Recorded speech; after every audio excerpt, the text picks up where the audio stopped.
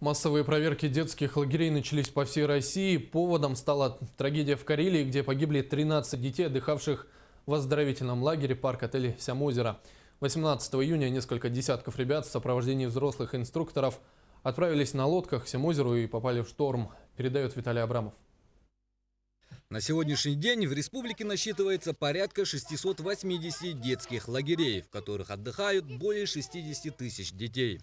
Два лагеря имеют доступ к открытым водоемам, в которых ребята могут купаться. Но пока купальный сезон у нас еще не открыт, и особое внимание уделяется к заведениям с бассейнами.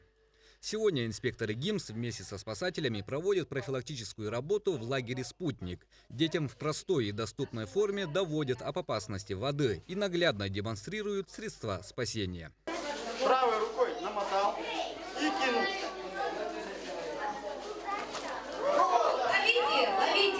Также рассказывается, что делать, если кто-то начал тонуть, куда звонить, как спасать и как проводить первичную помощь.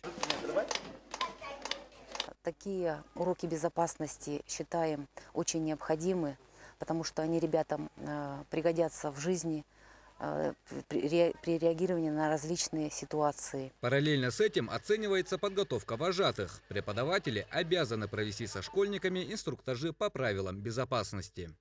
Дети у нас купаются, начиная с 7-летнего возраста, то есть после 1 класса.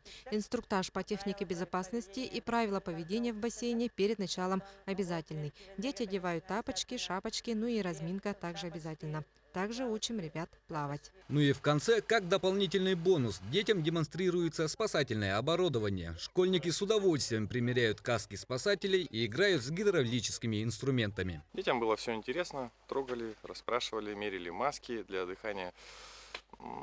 Очень интересовались, спрашивали, все им интересно. А в благодарность дети дарят живой интерес и неподдельные улыбки. Ну, мне понравилось все, хотя это я все знаю, ведь мне это в другом лагере показывали и в школе. А что ты умеешь? Ну, могу делать искусственное дыхание, и мне понравилось, что там пила и всякая труба, спасательный круг. Виталий Абрамов, НВК «Саха», Якутск.